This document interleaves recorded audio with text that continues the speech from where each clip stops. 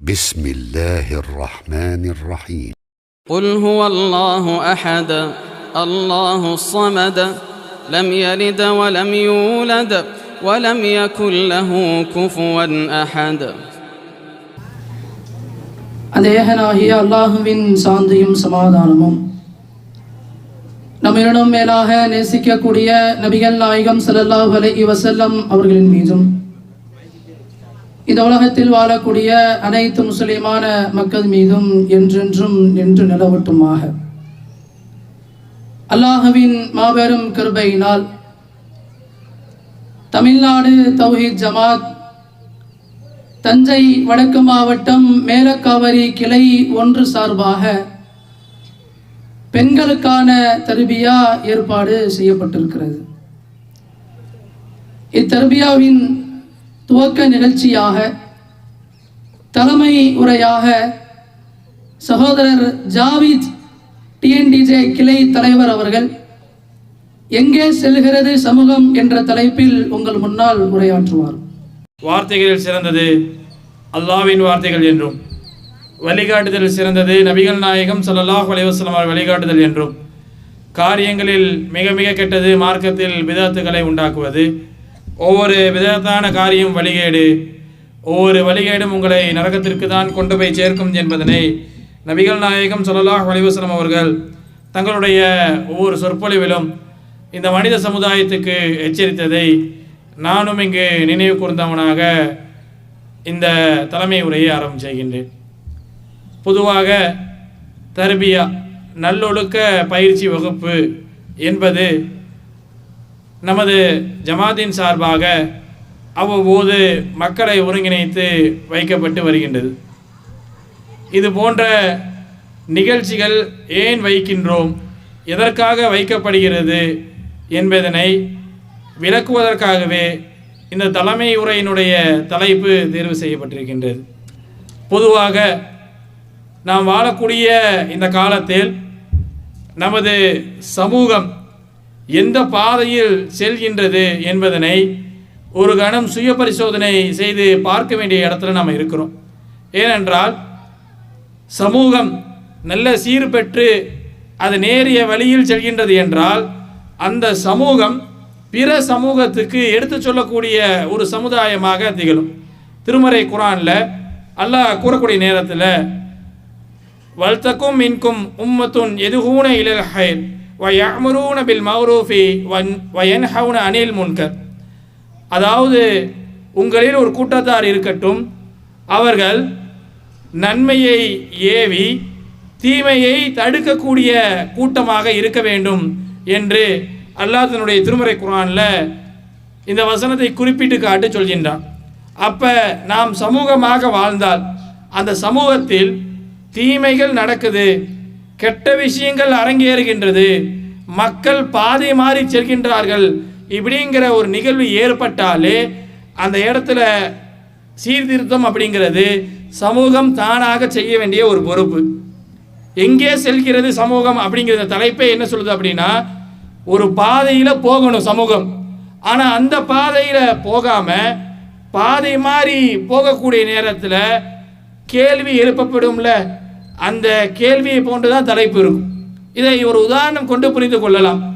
ஒருவரிடம் ஒரு வழியை சொல்லி நீங்கள் அனுப்பக்கூடிய நேரத்தில் அந்த வழியில் அவர் செல்லாமல் போகக்கூடிய நேரத்தில், அந்த வழியிலிருந்து எதிர் திசையில் அவர் திரும்பி செல்லக்கூடிய நேரத்தில் நான் என்ன சொன்னேன், இவர் என்ன செய்கின்றார், அவரை அந்த பக்கமாக போக சொன்னேன், இவர் என்ன இந்த பக்கமாக போய்கிட்டு இருக்காரு இப்படின்னு சொல்லி நாம் சொன்ன விஷயம் நடைபெறாமல் இருந்தால், நாம் சொன்ன வாக்கியங்கள் அங்கே அரங்கேறாமல் இருந்தால் அதற்கு நாம் கொடுக்கக்கூடிய வியாக்கியானம் தான் இவர் என்ன புரிஞ்சு தான் செய்கிறாரா, விளங்கி தான் செய்கிறாரா அப்படின்னு சொல்லி கேள்விகள் கேட்போம்.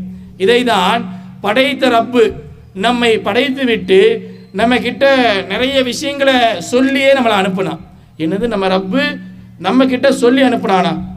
இந்த வாசகம் நம்ம சொல்கிறோம்ல, நம்ம ரப்பு நம்ம கிட்ட சொல்லி அனுப்புனா அப்படிங்கிற வாசகத்தை நம்ம சொல்கிறோம். நம்ம ரப்பு நம்ம கிட்ட பேசுனா அப்படிங்கிறோம். நம்ம ரப்பு நம்ம கிட்ட உறுதிமொழி எடுத்தான்னு சொல்கிறோம். எங்கேயாவது நமக்கு ஞாபகம் இருக்கின்றதா? இது நாம சொல்லவில்லை. திருமறை குர்ஆனில் அல்லாஹ் சூரத்துல் அஹ்ராஃப்ல 7வது அத்தியாயத்தினுடைய 172 வசனத்தில் அல்லாஹ் சொல்றான், ஆதமுடைய முதுகுகளிலிருந்து அவர்களுடைய மக்களை நாம் வெளியாக்கினோம், அவர்களது சந்ததிகளிடம் அல்லாஹ் சாட்சிகளாக்கினான்.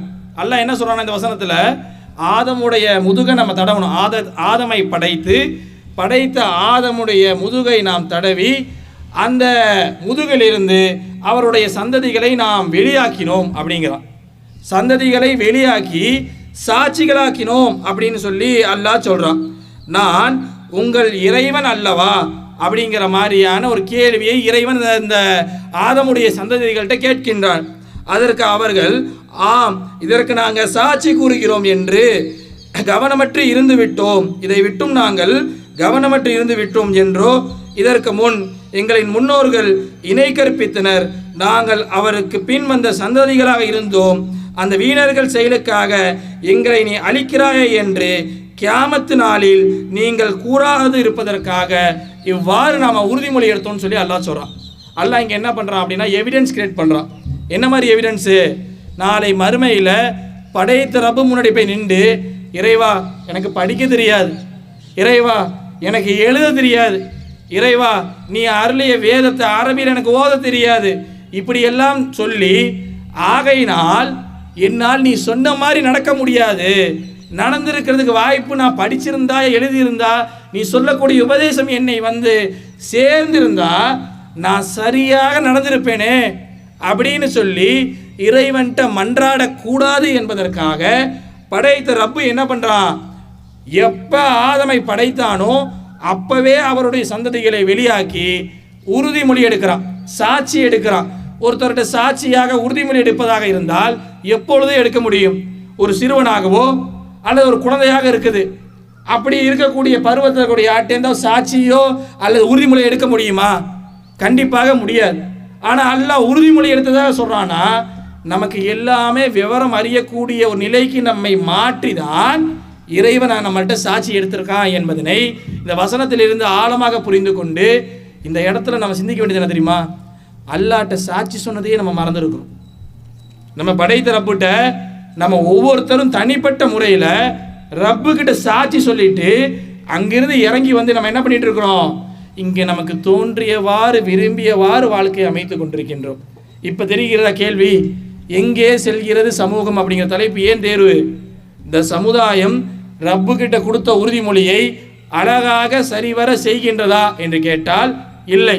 நம்ம சமீபத்தில் பார்க்கலாம், நம்ம ஊரில் சந்தனக்கூடு நடக்குது. அந்த சந்தனக்கூடு நிகழ்ச்சியின் பொழுது எத்தனையோ பெண்கள் அங்கே போகிறாங்க. ஏன் போகிறாங்க, எதற்காக போகிறாங்க அப்படின்னு கேட்டோம்னா, சிலர் பக்தி, சிலர் என்ன பண்ணுறாங்க, நாங்கள் அமைக்கக்கூடிய கடை தெருவுகளுக்காக போகிறோம் அப்படிங்கிறாங்க. ஆனால் ஒரே ஒரு விஷயம், நாம் எல்லாம் உணர்வுபூர்வமாக அடிக்கடி கேட்போம், உங்கள் தகப்பனார் திட்டின வீட்டில் உங்களுக்கு என்ன வேலை அப்படின்னு கேட்போமா இல்லையா? இது கேட்க தானே செய்கிறோம். அவன் நம்ம ரப்பை என்ன பண்ணுறாங்க அப்படின்னா, அல்லாஹ் இருக்கிறான், அல்லாவோட சேர்த்து அவுளியாவும் இருக்கிறாங்க அப்படின்னு சொல்லி படைத்த இறைவனை அசிங்கப்படுத்தி அவர்கள் ஒரு நிகழ்ச்சியை அரங்கேற்றுகின்றார்கள். ஆனால் நம்ம நாவு கூசாமல் நாங்களாம் பெண்கள் வீட்டிலே அடைஞ்சு கிடக்கிறோம். எங்களுக்கு வெளியில் போகிறதுக்கு என்ன பொழுதுபோக்கு இருக்குது? இது அல்லாவை அசிங்கப்படுத்தக்கூடிய இடத்திற்கு பொழுதுபோக்குக்காக போகிறீங்க? ரப்பை அசிங்கப்படுத்தக்கூடிய இடம் எந்த அளவிற்கு? படைத்த ரப்பு தான் எல்லாமே செய்வான், அவன் தான் உங்களை பரிபாலிக்கக்கூடியவன் சொல்லி திருமறை குர்ஆன்ல அல்லாஹ் சொல்கிறான். ஆனால் இங்கே இவங்க என்ன பண்ணுறாங்க? இவரும் பரிபாலிப்பார், இவரும் என்ன பண்ணுவார், செய்வார்னு சொல்லி சமூக நல்லிணக்கம் என்ற பெயரிலெல்லாம் மக்கள் அங்கே போயிட்டு வராங்க. இது இஸ்லாமிய சமுதாயத்தில் இந்த சமுதாயம் எங்கே செல்கிறது? எனக்கு நம்ம படித்த வசனத்தில் கூட என்னுடைய முன்னோர்கள் இணை கற்பித்ததற்காக என்னை நீ குற்றம் பிடித்து விடாதே ரப்பே, அப்படி நீ நாளைக்கு சொல்லிடக்கூடாதுங்காகவே நீ உன்னை நான் எப்போ வெளியெடுத்தேன், மனிதனை பார்த்தெல்லாம் சொல்கிறேன், உன்னை எப்போ வெளியெடுத்தனோ அப்போவே நான் உன்கிட்ட இந்த உறுதிமொழி எடுத்துட்டேன். உனக்கு நான் நேரம் கொடுக்க மாட்டேன். என்ன நேரம் கொடுக்க மாட்டேன்? நீ சிந்திச்சு திரும்ப கண்டுபிடிச்சி நீ வரணுங்கிறதுலாம் கிடையாது. உன்கிட்ட எவிடன்ஸ் கலெக்ட் பண்ணியாச்சு. நம்ம வழக்கத்தில் சொல்லணும் அப்படின்னா அவனை அரெஸ்ட் பண்ணுங்க அப்படின்னு சொல்லுவாங்க தெரியுமா? உங்களுக்கு எதிரான சாட்சிகள் எல்லாம் தயாராக இருக்குது, நீங்கள் தான் குற்றவாளி என்பதற்கு ஊர்ஜிதமான நிலை இருப்பதனால் இவரை நீங்கள் என்ன பண்ணுங்க, காவல்துறை இவரை நீங்கள் என்ன பண்ணிக்கலாம், அரெஸ்ட் பண்ணிக்கலாம். அது மாதிரியான எவிடென்ட்டை படைத்த இறைவன் நமக்கு எதிராக தயார் செய்து வைத்திருக்கின்றான் என்றால் எந்த அளவிற்கு நாம் சரியாக நடக்க வேண்டும். ஆனால் இன்றைக்கு நாம் அப்படிதான் நடக்கிறோமா? நம்மளுடைய சமூகம் சீர்பெற்ற நிலையில் இருக்கின்றதா அல்லது சீர்குலைந்த நிலையில் இருக்கின்றதா என்பதனை ஒவ்வொருவரும் தனிப்பட்ட முறையில் சிந்திச்சு பாருங்க. சமூகத்தினுடைய வளர்ச்சி, சமூகம் செல்லக்கூடிய பாதை, இதையெல்லாம் எடுத்து பார்த்தீங்க அப்படின்னா ஒரு காலம் இருந்தது. அந்த காலம் எப்படியாப்பட்ட காலம் என்றால் திருமறை குரானை ஓதுவார்கள். எதிலிருந்து? திருமறை குரானிலிருந்து ஓத மாட்டார்கள். ஆனால் ஏதாவது ஒரு புத்தகம், மஞ்சிலா இருக்கலாம் அல்ல யாசின்னு சொல்லிட்டு ஒரு புத்தகத்தை வைத்து ஓதுவார்கள். அது இல்லாமல் தனித்தனி புத்தகமாக குரானை ஓதிட்டு இருக்கக்கூடிய ஒரு நிலை இருந்தது. ஏகத்துவ பிரச்சாரம் வளரக்கூடிய காலத்தில் இதையெல்லாம் தனிப்பட்ட முறையில் நீங்கள் ஓதக்கூடியதில் நீங்கள் எதை நம்புகிறீர்களோ அந்த நம்பிக்கைக்கும் இஸ்லாத்துக்கும் சம்பந்தம் இல்லைன்னு தான் சொன்னோம். என்ன சொன்னோம்? நீ யாசினை ஓதி ஒன்று கிடைக்கும் நீ நம்புற பாரு, அந்த நம்பிக்கை போய் அதை நபிகள் நாயகம் சொல்லலைன்னு சொன்னோம். யாசினை ஓதவே கூடாதுன்னு நம்ம சொல்லவே இல்லை. திருமறை குரானை நீங்கள் படிக்கவே கூடாது என்று நம்ம சொல்லவே இல்லை. காஃபு சூறாவை வெள்ளிக்கிழமையில் ஓதுவதற்கு நபிகள் நாயகத்தினுடைய பொன்மொழியில் ஆதாரபூர்வமான செய்தி இல்லை அப்படின்னு தான் சொன்னோம். அதை ஓதவே கூடாதுன்னு நம்ம சொல்லலை. அதை நீ அந்த மாதிரி நம்பிக்கையோடு ஓதாத அப்படிங்கிறது தான் நம்மளுடைய அடிப்படை விஷயமாக இருக்குது. ஆனால் இன்றைக்கு சமுதாயம் திருமறை குரானை விட்டு எந்த அளவுக்கு பின்னோக்கி போயிருக்காங்க அப்படின்னா, நம்ம சுயபரிசோதனை பண்ணி பாருங்க. கடந்த ஒரு வாரத்தில் நம்மில் எத்தனை பேர் திருமறை குரானை திறந்து அதனுடைய மூல மொழியில் படித்திருக்கின்றோம்? கொஞ்சம் ரிவர்ஸ் போய்க்கும். ஏன்னா 7 நாளுங்கிறது ஷார்ட் டைமாக இருக்குது. அதனால் 10 நாள் எடுத்துக்கும், அதுவும் ஷார்ட் டைமாக தெரியுது. 30 நாள் எடுத்துக்கும், அதுவும் ஷார்ட் டைமாக தெரியுதா? விட்டால் அடுத்த ரமலானுக்கு தான் போகிற மாதிரி இருக்கும். நம்ம இந்த நிலைமையில் தான் சமுதாயம் இருக்குது. சமூகம் எப்படி இருக்குது? தனக்கு எதிலிருந்து நேர்வழி கிடைக்குமோ, தனது வாழ்க்கைக்கு எதிலிருந்து பயன் கிடைக்குமோ, தனது வாழ்க்கையில் நடைபெறக்கூடிய பிரச்சனைக்கு எதிலிருந்து தீர்வு கிடைக்குமோ, எனக்கு மனசு குழப்பமாக இருக்குது, இந்த செய்தியில் என்ன செய்ய முடியல, இது சம்பந்தமாக இறைவன் என்ன சொல்லியிருக்கான், திருமறை குர்ஆனை புரட்டி பார்த்து ஆம் இந்த வசனம் எனக்காக இறைவன் அருள் இருக்கின்றான் என்ற தோரணையில் அந்த வசனத்தை படித்து பார்த்து வாழ்க்கையில் அமல்படுத்துகிறோமா? ஒரு பிரச்சனை வருகின்றது, இந்த பிரச்சனையை எப்படி சரி பண்ண போகிறோம்? சொத்து பிரச்சனையே வருது, திருமறை குர்ஆனை புரட்டி பார்த்து குர்ஆன் வசனம் சொல்கின்றது சொத்தை இப்படிலாம் பிரிக்கணும். அதெல்லாம் பேசாதீங்க, என் தம்பி எல்லாம் படிக்க வச்சுட்டாரு, எனக்கெல்லாம் பவுன்லாம் போட்டு அதெல்லாம் இந்த நிஜத்துலலாம் பேசக்கூடாது. எனக்கு வர வேண்டியது வந்தே ஆகணும், எனக்கு வர வேண்டியது வரணும். மனுஷியாக பார்க்க மாட்டீங்க. என்ன சொல்கிறது? என்னையெல்லாம் மனுஷியாக நீங்கள் பார்க்க மாட்டீர்கள். நாமே கேவலப்படுத்தி பேசக்கூடிய வாக்கியங்கள் எல்லாம் சமுதாயத்தில் அரங்கேறி கொண்டிருக்கின்றது. நம்மை நாமளே அசிங்கப்படுத்திக் கொள்வது. எனக்கெல்லாம் நான்லாம் ரொம்ப சாதுவாக இருக்கேன்லாம் நினைக்காதீங்க. நான்லாம் கோவப்பட்டா தாங்காதுங்க. அப்படின்னா நம்மளை நாமளே கேவலப்படுத்திக் கொள்கிறோம். இந்த வாசகம் எல்லாம் சொல்வதன் மூலமாக இந்த சமுதாயத்தை கேவலப்படுத்தி கொண்டிருக்கின்றது. அப்போ இந்த சமுதாயம் எங்கே செல்கின்றது? நல்ல வார்த்தைகளை, கலிமத்து ஃபஹல், அழகிய வார்த்தைகளை சொல்லுங்கள்னு சொல்லி இறைவன் நமக்கு வலியுறுத்துறான். ஆனால் இங்கே வாயை திறந்தாலே சாபம் தான். கழிச்சில் போயிடுவானே, பேதியில் போயிடுவானே. எங்கே செல்கிறது சமூகம்? இந்த திட்டம்லாம் ஒரு காலத்தில், இந்த பாட்டிமார்கள் காலத்தில் இருந்துச்சு. இந்த பாட்டிமார்கள்லாம் போயிட்டாங்க, அது துப்பட்டி போயிருச்சு அப்படின்னு நம்ம நினச்சோம். துப்பட்டி போய் புருகா மாறின பிறகு இங்கே பிரச்சனை என்னவா இருக்குது அப்படின்னா, கல்ச்சரில் போகிறோம், பேதியில் போகிறோம், போகல. அந்த பிள்ளைகளை வாசாப்பு சொல்லக்கூடியவர்கள் தான் இன்றைக்கு சமூகத்தில் அதிகமான பேர் இருக்கும். கோபம் வந்தால் என்ன வார்த்தை பேசுகிறோம் அப்படின்னு தெரியலை. அவனை கோபத்தில் திட்டுறதுங்கிறது வேறங்க. ஆனால் அவனுக்கு சாபம் விடுவது, சாபத்தை விட்டு அந்த சாபத்தில் அந்த குழந்தையை நிலைத்திருக்க செய்கிறது, இதெல்லாம் என்ன மாதிரியான பழக்கம்? ஆனால் நாம் நல்ல சொல்லை சொல்ல சமூகங்க. இந்த இஸ்லாமிய சமூகம் எப்படியாப்பட்ட சமூகம் அப்படின்னா, நல்ல வார்த்தைகளை பிறருக்கு எடுத்து சொல்லுங்கள் அப்படின்னு சொல்லப்பட்ட சமூகத்தில் இருந்து கொண்டு இவ்வளவு அனாச்சாரங்கள் நடக்கின்றது. இன்னும் சொல்ல வேண்டும் என்றால், நீங்கள் ஒவ்வொருவரும் பொறுப்பாளிகள். உங்கள் பொறுப்பு குறித்து நாளை மறுமையில் நீங்கள் விசாரிக்கப்படுவீர்கள் இப்படிங்கிற அல்லாஹ்வுடைய தூதருடைய பொன்மொழி. உங்களுக்கெல்லாம் பொறுப்பு இருக்குப்பா அப்படிங்கிறாங்க. இன்னும் சொல்லணும் அப்படின்னா, உங்களுக்கு இன்னும் ஆழமாக போய் சொல்லணும் அப்படின்னா, நம்ம தமிழகத்தினுடைய முதல்வர் அப்படின்னு சொன்னோம்னா திரு ஸ்டாலின் ஐயா அவர்களை சொல்லலாம். அவருக்கு என்ன பொறுப்பு? தமிழ்நாட்டை நிர்வகிக்கக்கூடிய பொறுப்பு அவருக்கு வழங்கப்பட்டிருக்கு. அப்படியே தமிழ்நாட்டை மொத்தமாக நிர்வகிப்பாரான்னு கேட்டால், அவருக்கு கீழே அமைச்சர்கள் இருக்கின்றார்கள். அந்த அமைச்சர்கள் அவர்களாக அப்படி நிர்வகிப்பாங்களான்னு கேட்டோம்னா இல்லை, அவர்களுக்கு கீழே அதிகாரிகள் இருக்கிறாங்க. அந்த அதிகாரிகள் தானாக நிர்வகித்துக் கொள்வார் இல்லை, அவர்களுக்கு கீழே இன்னும் சில அதிகாரிகள் இருக்கின்றார்கள், அவர்களுக்கு கீழே இன்னும் சில அதிகாரிகள், கீழ் மட்டத்துக்கு வந்தால் குடிமக்கள், இப்படின்னு சொல்லி ஒவ்வொருத்தவங்களும் ஒவ்வொரு லெவலில் பொறுப்பு இருக்குது. அதாவது காசு கொடுத்து செய்கிற வேலை தான் பொறுப்புன்னு நம்ம நினச்சிட்டு இருக்கோம். அது அல்ல, ஒவ்வொருத்தருக்கும் நிறைய பொறுப்புகள் இருக்குது. அதில் ஒரு பொறுப்பு, பெண்களாகிய உங்களுக்கு ஒரு பொறுப்பு இருக்குது. என்ன பொறுப்பு இருக்குது? பொறுப்பு இருக்குதா? பெண்களுக்கு பொறுப்பு இருக்கு. என்ன பொறுப்பு இருக்கு?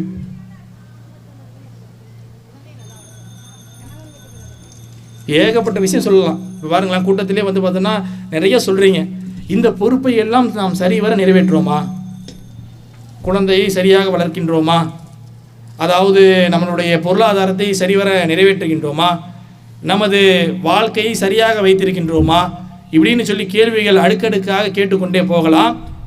இது மாதிரியான விஷயங்கள், இந்த பொறுப்புகளில் எப்படி நாம் நடந்து கொள்கிறோம், என்ன மாதிரி நம்மளுடைய நிலைகள் இருக்குது, அந்த பொறுப்பை எல்லாம் உணர்ந்தவர்களாக நாம் நடக்கிறோமா, இல்லை தூக்கி போட்டு போகக்கூடியவர்களாக இருக்கிறோமா? இன்னும் சொல்ல வேண்டும் என்றால், அதிகமாக சொல்லணும் அப்படின்னா, இன்றைக்கு சமுதாயத்தில் குலா எனக்கூடிய வார்த்தை பெண்களிடமிருந்து இன்றைக்கு அதிகமாக காதில் விழுகின்றது. பள்ளிவாசலில் ஒரு காலத்தில் வெறுமன தாவா மட்டுமே செய்து கொண்டிருந்த நாங்கள் இன்றைக்கு எங்களுக்கு மேலும் ஒரு சுமையை எங்களுக்கு தள்ளப்பட்டிருக்காங்க. என்ன பிரச்சனை அப்படின்னு கேட்டோம்னா, குலா அப்படிங்கிற பிரச்சனைக்காக ஏராளமான சகோதரிகள் பள்ளிவாசலை நிர்வாகத்தை அணுகின்றார்கள். இந்த பிரச்சனை வருவதற்கு காரணம் என்ன, என்ன பிரச்சனை, ஏன், எவ்வாறு நடக்குது அப்படின்னு கேட்டோம்னா, ஒரே ஒரு விஷயம் தான் சொல்லலாம். செய்தான் பட்ட அவசரம் இருக்குது தெரியுமா? அந்த அவசரம் இன்றைக்கு எல்லா பெண்களிடம் இருக்கின்றது. அதையெல்லாம் சுட்டி காட்டக்கூடிய விதமாக தான் அடுத்தடுத்த உரைகள் இருக்குது. இப்படி ஏராளமான பிரச்சனையின் கீழ் இந்த சமுதாயம் தத்தளிச்சு கொண்டிருக்கின்றது. இது போதான்னு சொல்லி செய்தான் என்ன பண்ணியிருக்காங்கன்னா, புது டூல் எடுத்திருக்கிறான். அது என்ன டூல் அப்படின்னா, மீடியாங்கிற ஒரு டூல் வழியாக இன்றைக்கு நம்ம சமுதாயத்தை எதிர் திசையில் பயணிக்க வைக்கலாம்.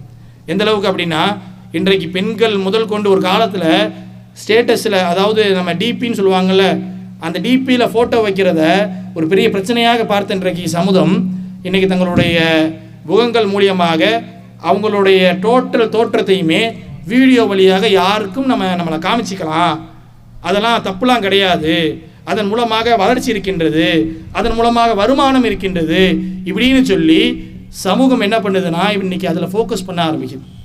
ஒருத்தர் வளர்ந்து வந்தாருன்னா அவர் இன்னொருத்தர் ஃபாலோ பண்ணிட்டு இருக்கான்னு அர்த்தம். நாம் செய்யலைன்னா நம்ம தப்பிச்சிட்டு இருக்கோம்னு சொல்லாதீங்க. எத்தனையோ பேர் இன்னைக்கு பெண் யூடியூபரை பார்த்து இந்த மாதிரி யூடியூபரை நானும் வருவேன் இப்படி சவாலோட ஆட்கள் யாராவது இருக்காங்களா? கண்டிப்பாக பெரியவர்கள் கிடையாது. ஏன்னா அவங்களுக்கு இன்னும் யூடியூப் பக்கமே போக தெரியாது, ஃபோனை யூஸ் பண்ண தெரியாது. அவர்கள் தப்பித்து கொண்டார்கள். அந்த சமுதாயம் என்னாச்சு, அவர்களுக்கு செய்தானுடைய தூண்டல் அந்த சமுதாயம் அவங்க பெரியவங்களுக்கு கிடையாதுங்க. ஆனால் இன்றைக்கி எத்தனை பேர் இதை லட்சியமாக வச்சுருக்கீங்க, யாராவது நான் ஐஷா இல்லாமல் அதிகமான ஹதீஸ்களை அறிவிப்பேன், சொல்லவே மாட்டோமே, கரெக்டு தானே? ஐஷாவில் எப்படி ஹதீஸ்களை அறிவித்தார்களோ, அவர்கள் எப்படி சொன்னார்களோ, அவர்கள் எப்படி பிரச்சாரம் செய்தார்களோ, அது போல் ஆவேன். நான் பாரு 1 மில்லியன் லைக்ஸ் வாங்குறேனா இல்லையான்னு, 1 மில்லியன் ஷேர் வாங்குறேனா இல்லையா, இதுதான். 1 மில்லியன் ஷேர் கூட வாங்க மாட்டோம். ஆனால் நம்மளை வந்து 1 மில்லியன் ஷேர் பண்ணணுமா? நமக்கு அவ்வளோ பெரிய தகுதி கிடையாது. இது 1 மில்லியன் கொடுத்து இடம் எங்கேயா ஷேர் வாங்குறதே கஷ்டம். ஆனால் நம்ம போடுற பதிவு 1 மில்லியன் போகணும் அப்படிங்கிறது என்ன பதிவு? நான் அந்த ஊருக்கு போனேன், நான் இந்த ஊருக்கு போனேன், இந்த கடையில் போய் சாப்பிட்டேன், இதெல்லாம் நீங்கள் செய்த தவறுன்னு சொல்ல வரல. இதை எல்லாம் வாழ்க்கையை நினைக்க ஆரம்பித்து விட்டீர்கள். அதுதான் இங்கே பிரச்சனை. இங்கே பிரச்சனை என்ன அப்படின்னா, இதெல்லாம் மார்க்கம் தடுத்த விஷயத்தை நீங்கள் செய்கிறீங்க அப்படின்னு தாண்டி இன்றைக்கு இதை நீங்கள் செய்ய ஆரம்பிச்சு என்ன பண்ணுறீங்க, எல்லாருடைய குறையுமே இந்த மாதிரி அம்பலப்படுத்தினா லைக்ஸ் அதிகமாக கிடச்சுன்னா அது ஒரு சைக்கோத்தனமான ஒரு நிகழ்வுக்கு நம்ம தள்ளப்படுறோம். ஒருத்தவன் வந்து கஷ்டப்படுறதை பார்த்து ரசிக்கணும்னு சொல்லி இன்றைக்கி சமூகம் தள்ளப்படுது. அவன் கஷ்டத்தை வீடியோ எடுத்து போடுறோம்.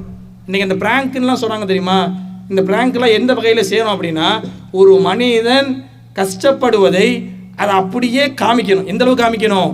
உங்கள் வீட்டில் உங்கள் அம்மா இறந்து போயிட்டாங்க, எங்கள் அம்மா இறந்து போயிட்டாங்களா, அவன் அவன் என்ன ரியாக்ஷன் பண்ணுறான், என்ன மாதிரி அழுகுறான், அவன் என்ன மாதிரி மனநிலைக்கு போகிறான், அதெல்லாம் வீடியோ எடுத்து கொஞ்ச நேரத்தில் அங்கே பாருங்க கேமரா இருக்குது, தூக்கி அந்த கேமரா அங்கேயே போட்டு உடைக்கணும். மக்கள் அதை செஞ்சுருக்கணும், ஆனால் செய்ய தவறிட்டாங்க. அவங்க என்ன பண்ணிட்டாங்க, எடுத்துகிட்டு போ, வீடியோ எடுத்துகிட்டு போ. உங்களை பஸ் ஸ்டாண்டில் வச்சு யாராவது மாதிரி பண்ணுறாங்களா, நீங்கள் இந்த கேமரா உடைக்க முற்படணும்.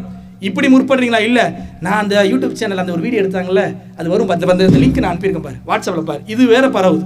அப்போ எங்கே செல்கிறது சமூகம்? இந்த சமூகம் எதை நோக்கி பிரயாணம் நடந்துகிட்டு இருக்கு? இன்றைக்கு காலேஜ் படிக்கக்கூடிய எல்லா பிள்ளைகள்கிட்டுமே இந்த பிரச்சனை இருக்குது. சில பிள்ளைகளை நான் பார்க்குறேன், அந்த பிள்ளைங்க மூஞ்சிலும் சிரிப்பு வருது. ஐயா அண்ணன் வந்து நம்மளை பற்றி தான் பேசிக்கிட்டு இருக்குது, எப்படியாவது தலை குனிஞ்சே உட்காந்துடணும், போகிற வரைக்கும் எட்டி பார்த்துன்னு வச்சுங்க பொட்டு உடஞ்சிரும் அப்படிங்கிற அளவிற்கு பெண் பிள்ளைகள் அப்படி இருக்கிறாங்க. உங்களுக்கே தெரியாமல் இன்றைக்கு அந்த பிள்ளைங்க யூடியூப் சேனல் திறந்துருந்தாலும் இருக்கும். அந்த பிள்ளைங்க அதை என்ன செய்கிறாரு தெரியாது. ஒரு கட்டத்திற்கு மேலே உங்களால் கட்டுப்படுத்த முடியாது. இப்போ பொறுப்பாளிகள் என்ற இடத்தில் நாம் என்ன செஞ்சுக்கிட்டு இருக்கோம்? பெண் பிள்ளைகளை சரியாக பொறுப்போடு வளர்க்கின்றோமா? இன்னைக்கு இன்ஸ்டாகிராமில் காதல் உருவாகிறது, ஃபேஸ்புக்கில் கனெக்ட் ஆகுறாங்க, அதுக்கப்புறம் எங்கள் ரிஜிஸ்டர் ஆஃபீஸில் தான் மேரேஜ் நடக்குது. இது நடக்குதா இல்லையா? இது நடப்பதற்கு நீங்கள் அனுமதித்து விட்டீர்கள். நீங்கள் கொடுத்துட்டீங்க, சான்ஸை கொடுத்தாச்சு, வழியை திறந்தாச்சு. திறந்த பிறகு அந்த பிள்ளைங்க அதே பாதையில் பிரயாணம் செய்ய தானங்க முயற்சி பண்ணுவாங்க. நம்ம தாராசுரம் பக்கத்தில் ஹைவே போட்டிருக்காங்க.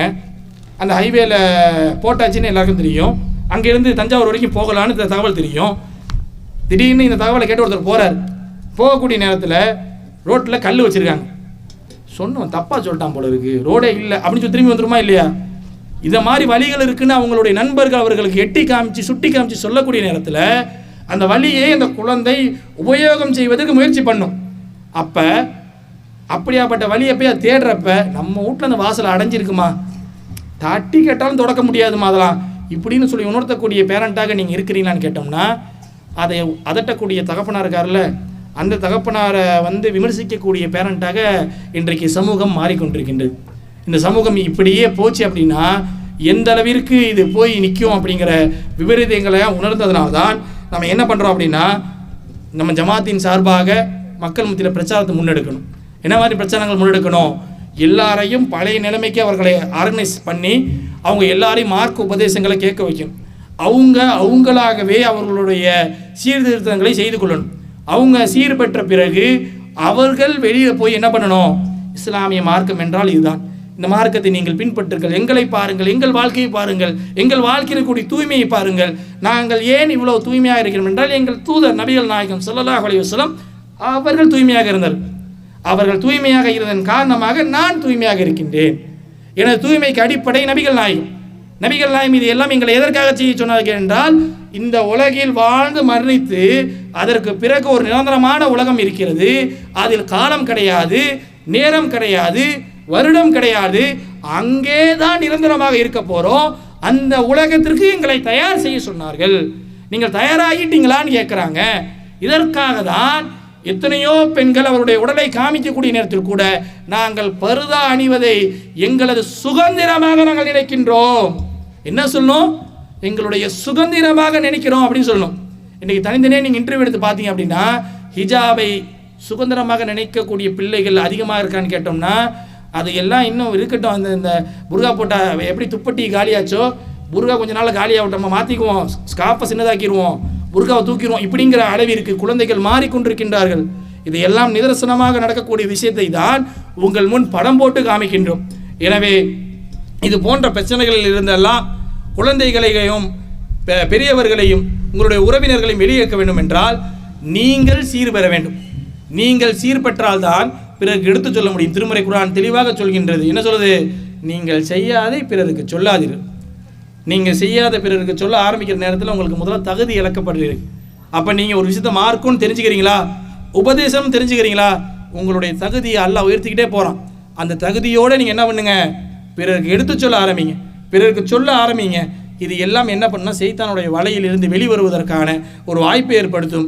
இது போன்ற தர்பியாக்களை ஏற்படுத்துவதே ஒரு மனமாற்றம் வரணும், மக்களிடையே ஒரு பெரிய மாற்றங்களை கொண்டு வரணும். அந்த மக்கள் இந்த ஜமாத்தின் கூட ஒரு பிரயாணத்தை செய்யணும். எதற்காக? மறுமை வெற்றி மட்டுமே நோக்கத்திற்காக. இந்த தலைமை உரையை நிறைவு செய்கின்றேன். வாஹிதான அல்ஹம்துலில்லாஹி ரபில் ஆலமீன். அஸ்ஸலாமு அலைக்கும் வரஹ்மத்துல்லாஹி வபரகாத்துஹு.